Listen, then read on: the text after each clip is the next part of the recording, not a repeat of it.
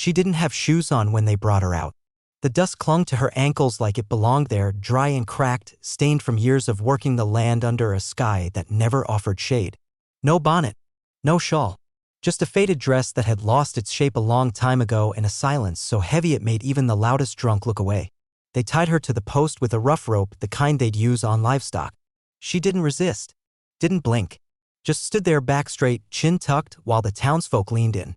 Some out of interest. Some just to see her break. The auctioneer cleared his throat, rustled through papers no one needed, and raised his voice into the slow burn of the afternoon. 19. Healthy. Works long hours field or house. Doesn't talk back. Someone in the crowd let out a laugh. A woman in a plum-colored skirt hissed something sharp under her breath. Another kept fanning herself, though the air was dead still. The girl stayed quiet. Off to the side, her mother leaned against the saloon rail, arms crossed, lips drawn tight like she was holding back something mean. Her eyes were glossy with liquor and bitterness. And the way she looked at her daughter like she was nothing but a busted tool cut deeper than anything the sun could do. "She ain't worth much," the woman slurred, her voice soaked in whiskey. "But I'm tired of feeding her. She's yours if you take her now." That's when the murmurs started. "That one? Orphan from out near Ash Hollow. Heard she ran off with a trader once. Only kin she's got is that woman, and she's sellin' her like she's flour." Ain't never seen her crack a smile. The auctioneer didn't stop. Didn't even flinch. Just scanned the crowd and said, "Who'll take the girl? She works quiet. Eats little. Don't ask for anything." Nobody moved at first. A few men glanced, then turned their heads. A shopkeeper chuckled, shaking his head.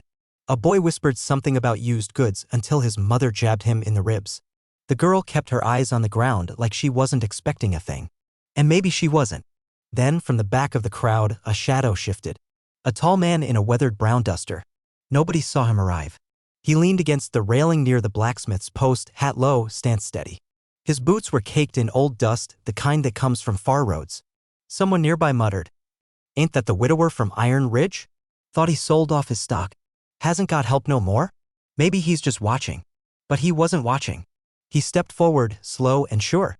Raised a single hand, barely a gesture, but it shattered the silence like a shot. "I'll take her," he said. Not shouting. Not quiet. Just steady. The auctioneer blinked. "You'll take." The man gave a slow nod. "She yours to sell?" The mother gave a bitter snort. "She's mine to be rid of." The man stepped closer and handed over a few coins. It wasn't a lot. Not a bargain. Not a gift. Just enough. He didn't move to untie her right away. He stood there looking at her. She didn't lift her head. Didn't meet his eyes. Just stared at the rope, her row wrists, the ground. He pulled a pocket knife from his coat, calm, unhurried, and cut the rope. She didn't flinch. He didn't lay a hand on her. "You hurt?" he asked. She shook her head. "You got a name?" She stayed silent. "Doesn't matter," he said. He stepped back. "Wagon's that way. You can come or stay. That's up to you."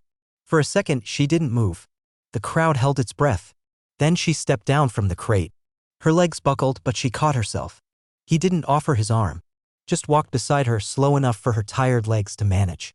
And together, they walked away from the square, with every eye watching and not one mouth daring to speak. No one stopped them. They reached the wagon, plain, wooden, with a restless mule hitched and waiting. He helped her climb in the back, handed her a canteen, and didn't say another word. Behind them, the town dissolved into dust, heat, and quiet judgment. She didn't ask where they were headed.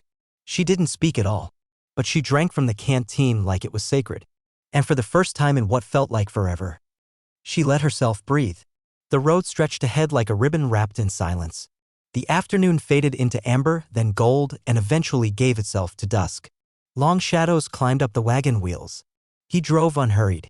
She sat cross-legged in the back, watching the road behind them disappear. No tears. No fear.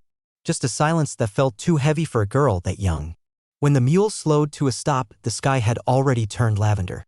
Up ahead, a leaning house stood tired but upright, flanked by a wilting oak and a barn older than both. "This is it," he said. She didn't reply. A lantern lit the way as he helped her down. "Kitchen's through there. Room's upstairs. You hungry?" She shook her head. "You clean?" She nodded. He opened the door and held it for her. The inside smelled of cedar smoke and old ash. No lace. No frills. Just creaking floorboards, worn furniture, and a single picture nailed above the hearth faded beyond recognition. "You don't know me," he said. "I know," she answered, voice low and dry. He pointed toward the stairs. Top of the steps. Room on the left. She went up. Didn't bother to shut the door. He didn't follow. The next morning, he found her at the sink quietly washing mugs. You don't have to do that, he told her. Without turning around, she replied, I don't mind. They ate breakfast in near silence. No questions. No conversation. She noticed the way he limped. He noticed how she flinched when the wind slammed the door. Later that day, she tried sweeping the porch, but the broom snapped in her hand. He fixed it without saying a word. She folded towels with precision and kept her voice locked somewhere deep inside. That night, he left a shawl draped over the banister. He didn't say it was for her. Didn't have to. And so the days passed. Quiet. Uneventful. A silence that didn't feel empty, just waiting for something. She noticed how he always fed the mule first. How his hand paused on the fence post like it had meaning. How he said goodnight at the same time each evening, even when she never said it back. And he noticed, too, how she flinched at thunder. How she peeled her bread before eating.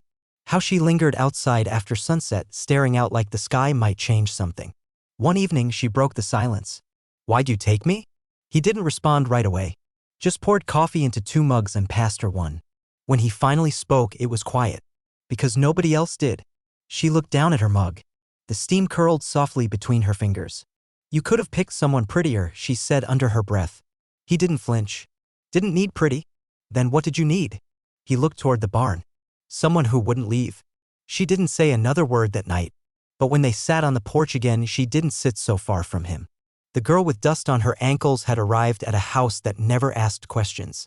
And the man who thought he'd lost everything had made space for something he didn't expect to find. Neither of them believed in hope. But that porch under a sky stained purple with dusk held 2 chairs. And for the first time, both were occupied.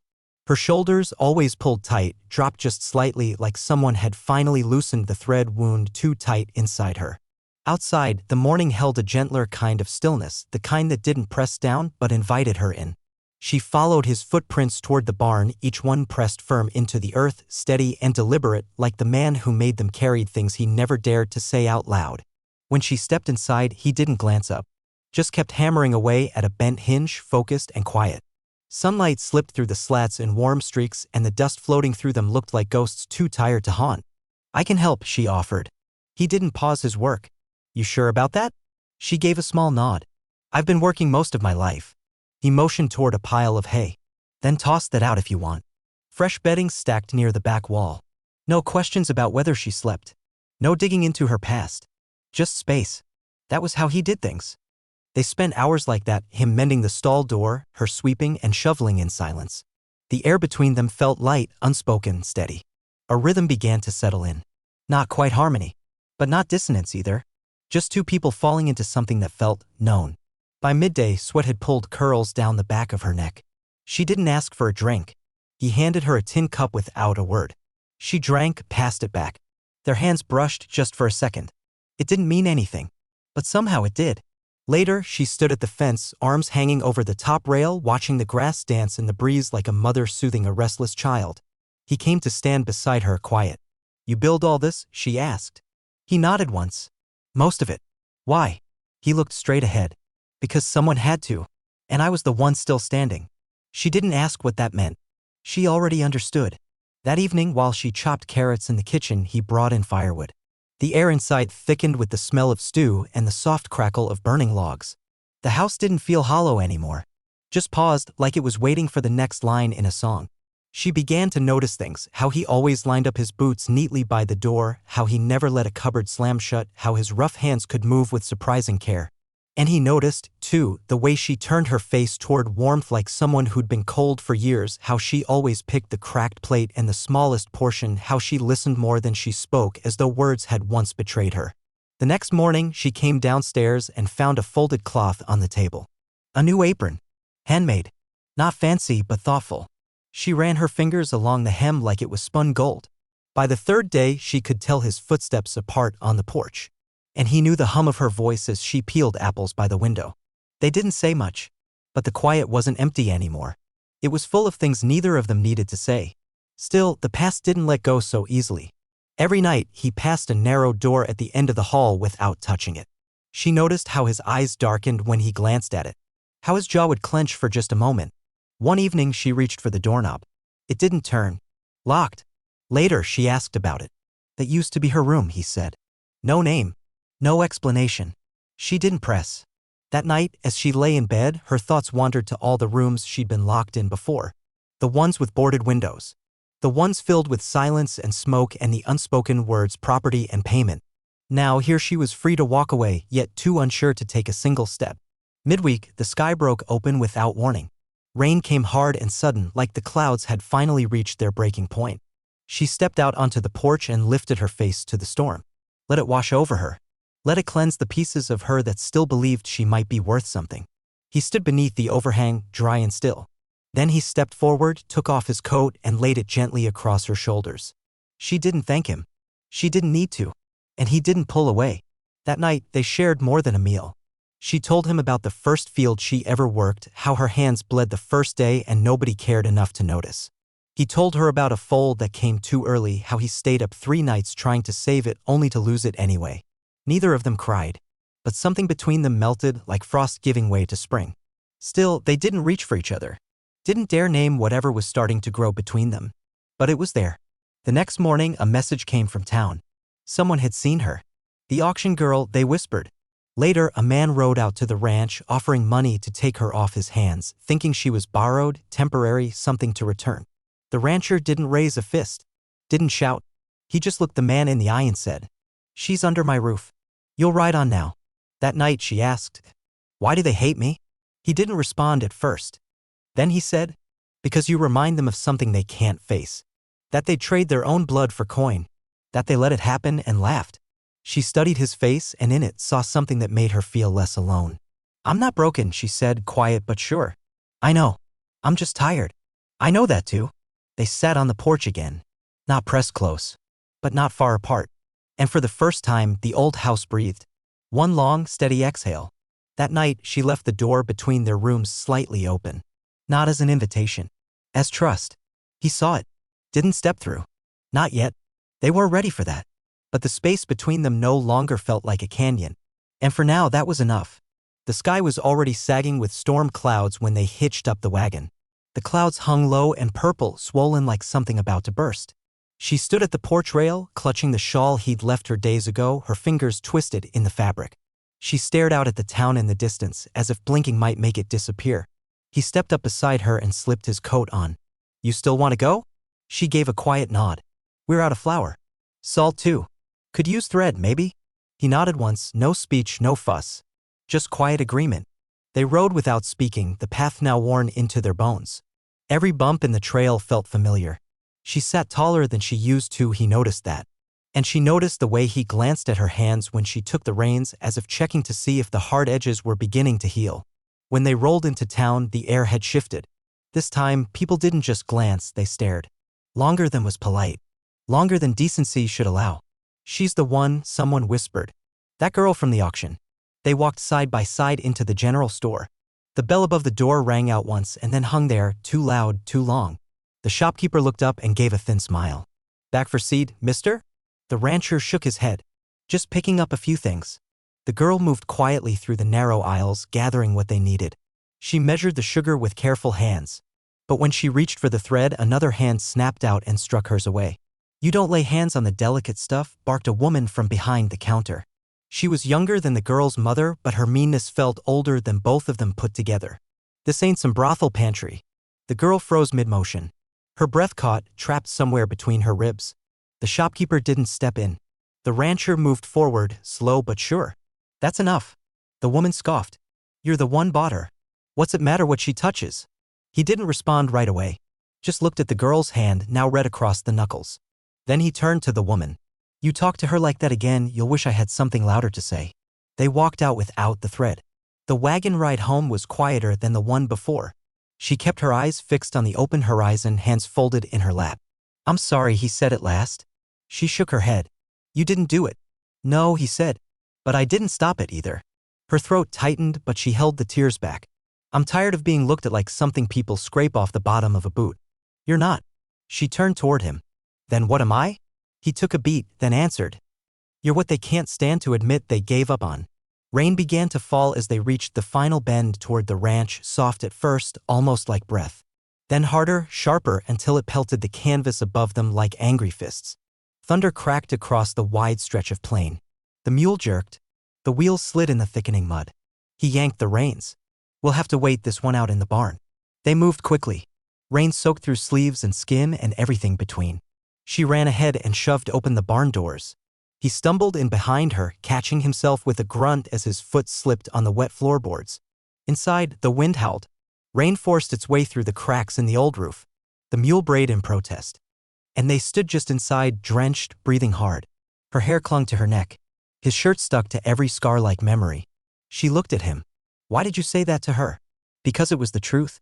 "But you don't know me." "I know enough." She shook her head. "No. You don't. You don't know the things I've done. What I let happen. I don't need to. But I do. I need you to know." He stayed where he was. Let the silence stretch between them like the space between lightning and thunder. "Then tell me." She looked away. Took a breath. Then another. "I was 15 the first time he offered me to a man," she said. "My mother took the money. Told me I was old enough. Said the world doesn't spare soft girls." She paused, waiting to see if he'd flinch, if he'd turn away. He didn't. "I ran. They caught me. Locked me in a shed for 3 days. No water. And when they let me out," her voice wavered, "I didn't try to run again." She looked down, hands shaking. "After the 6th man, I stopped counting." Still, he said nothing. She stepped closer, the storm rattling the walls around them. "You bought me. Just like they did. Maybe you were kinder about it, but it was still the same thing." "No," he said quietly. "It wasn't. You paid money." "I did," he replied. "To end something. Not to start it." She looked up at him, eyes searching. He looked back the way a man looks at far-off lightning, wary but not backing away. "I didn't know your story. Still don't. But I saw the ending they were writing for you. And you think you get to rewrite it?" "No," he said. "I think you do." The barn groaned under the pressure of wind and rain.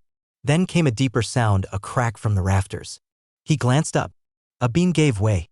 She shouted. He lunged forward and shoved her clear. The beam came down hard on his shoulder. He collapsed into the mud. She scrambled to him, panic rushing through her.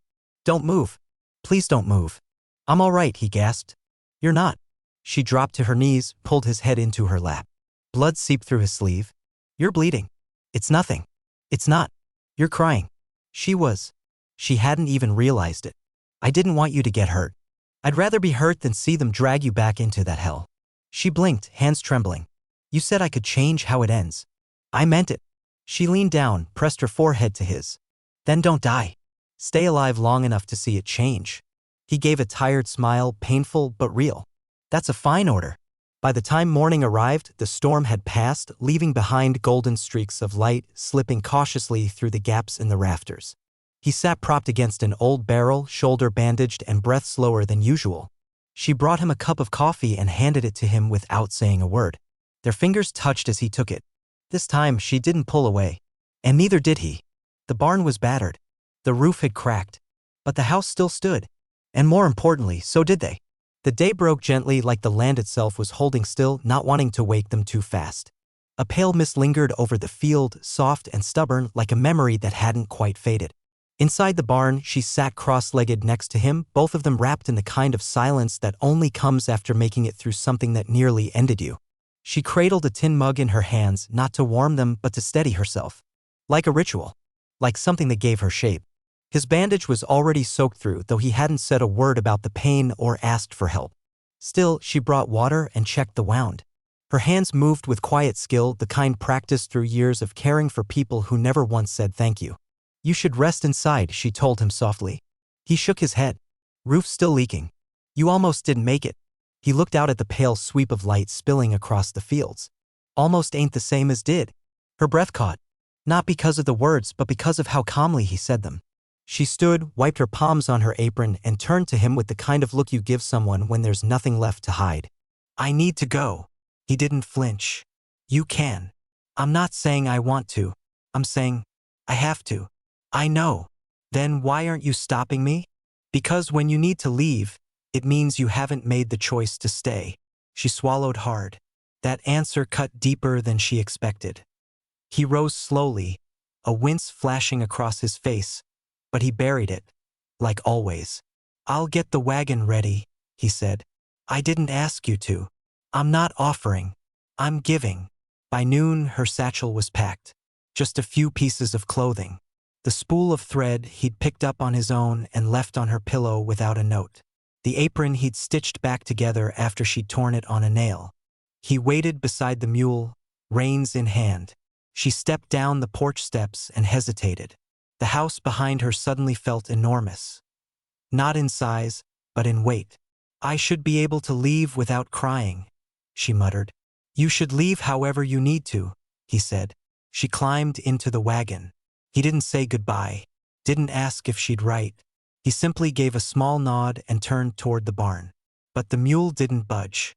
She tugged the reins. Nothing. Tried again. Still no movement. The rancher turned around. "He won't go." "Why not? He was born here." Animals can tell when they're carrying someone who doesn't actually want to leave. She stared at the mule, then the sky, then her own trembling hands. "I'm scared," she whispered. "I know. I thought leaving meant freedom, but I just feel empty." "That's because freedom isn't about going. It's about choosing." She stepped down from the wagon, walked slowly back toward him, then stopped, just a few feet away. "What if I stayed?" she asked. He didn't shift. "Then I guess I'd need to put up a new fence line." She almost smiled. "Why?" "Because the land wouldn't be mine alone anymore." Her voice fell to a hush. "Would I be your wife?"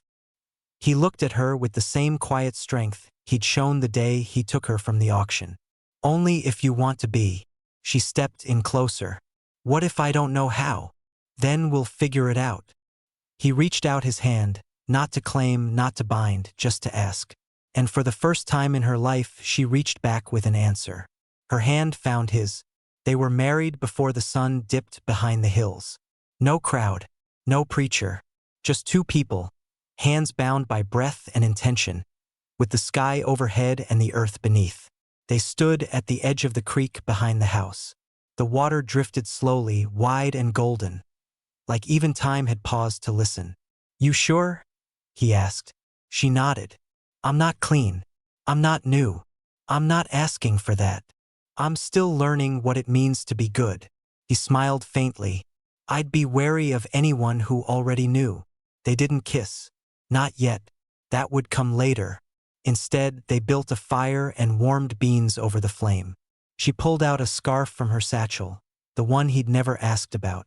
The one that still smelled like the first place she ever called home, and the worst thing she'd ever survived. She tossed it into the fire, watched it burn. He didn't ask, but she told him anyway. "It was my mother's." The flames cracked, and then it was gone. Later, he brought her out to the porch and offered her a chair he'd sanded smooth that very morning. She sat.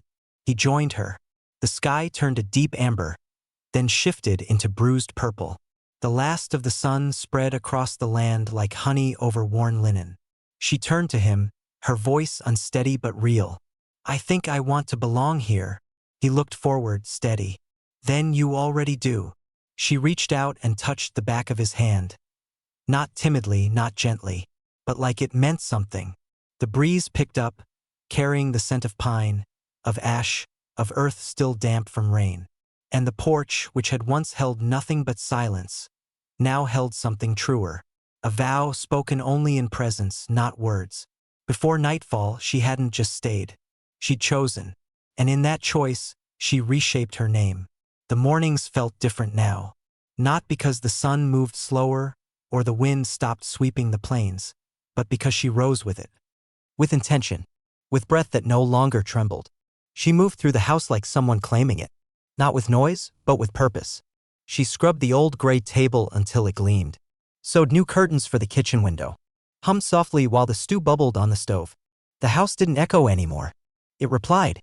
He fixed the broken beam in the barn, not as quickly as he once might have, but with a steadiness that age and experience made firm. She stood in the doorway watching him work, arms folded loosely, chin tilted, not to judge, but to remember. She studied the way he favored his right leg when he moved. The way he tapped the nails twice before driving them in. The way the silence around him felt lived in, not lonely. They divided the days without fuss. She handled the milking in the early hours. He chopped wood as dusk crept in. And whenever their hands brushed, passing tools, dishes, or reins, neither pulled away anymore. Some days they spoke. Other days, words weren't needed. But when they did speak, the tone had shifted. So had the silences. One morning, she found a small wooden box resting on the windowsill. Smoothly sanded. No latch. She opened it. Inside were 3 simple things: a dried wildflower, a blue ribbon, and a folded scrap of paper. His handwriting curved across it. "You are not what they named you. You are what you survived. And what you chose." She held it to her chest and let the tears come, not the kind that came from pain, but the kind born from finally being seen. Later that same week, a neighbor stopped by, one of the women who once looked too long and spoke too low. She came bearing a jar of preserves and a question: would the girl help sew a christening gown for her niece? The girl didn't answer with a simple yes. She said, "I'd be honored." And just like that, the world tilted slightly. Not with a crash. Just enough. The days moved on. One evening, with autumn creeping in and the trees beginning to rust, he found her on the porch. Her bare feet rested on the rail. She wore the shawl he had given her, but now she wore it differently.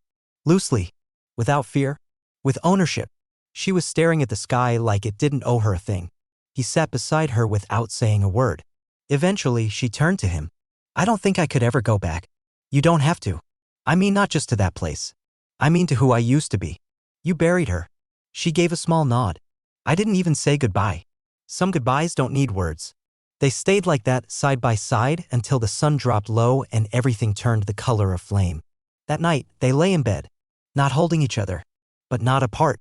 In the darkness, she whispered, "I've never really felt safe before." He didn't open his eyes, but he answered, "That's what a home is." She turned to face him, smiling in the dark. "I think I love this house," she said. And she meant it. Because it wasn't just a structure anymore. It had become the place where her name changed shape. The place where her worth was returned to her quietly, piece by trembling piece. Like her, the house had once been silent, haunted by things it couldn't name. Now it breathed. A week later, they went back to town. Not for thread. Not for supplies. Not even for closure. This time, they went for paper. Marriage papers. Signed quietly. Without ceremony. Witnessed only by the wind, the dust, and the mule that had carried them through it all. The clerk raised an eyebrow but kept his silence. On the way home, she rested her head on his shoulder. Not because she needed to, but because she wanted to. Back at the house, she slipped off her boots and walked barefoot through the doorway. She touched the doorframe, the table, the wall, like someone feeling their own skin for the first time. And when she turned toward him, standing there in his usual way, hat in hand, eyes lowered but warm, she simply said, "Welcome home." He blinked. "It's yours now too." That evening, he climbed the hearth and removed the faded photograph that had always hung above the fireplace. He didn't destroy it. Didn't bury it. He tucked it gently into a drawer and left a space open on the wall. She saw. She said nothing. But later, she returned with a small cloth she had stitched herself. She hung it in that empty space. Simple. Honest. 2 names side by side. And beneath them the word, enough. Fall crept in slow and golden. They stacked firewood. They canned peaches. She taught him to read flowing cursive. He taught her how to patch leather. They argued once over where the winter kale should be planted. But that night, when the wind settled over the hills, they sat shoulder to shoulder near the fire and shared the last biscuit between them. They didn't need permission anymore to exist fully in the spaces they'd claimed. And that was the quiet miracle. Because in a world that had once sold her like weightless cargo, she had found solid ground. Place to belong. Place that wouldn't vanish. And in a house that had once mourned in silence, he had learned that love didn't always arrive with thunder. Sometimes it came with quiet choosing. She wasn't rescued. She rose. He wasn't patched back together. He simply stayed open. And the house finally truly breathed. Not just with presence, but with meaning. And if you happen to pass by that place today, just beyond the ridge where the cottonwoods lean with age, you'd spot the porch light still glowing. Even as dusk curled over the field, you might hear laughter light, unforced. You'd see 2 chairs, always filled. And maybe, if the wind moved just right, you'd hear the floorboards sigh, the sound of old wood settling into something warm. And you might think for a moment that not everything broken needs fixing. Some things only need naming. So here is yours. You are not what they said you were. You are what you carried, what you refused to surrender, what you built barefoot and bleeding. And if you're lucky, if you're bold, you just might find a house like that.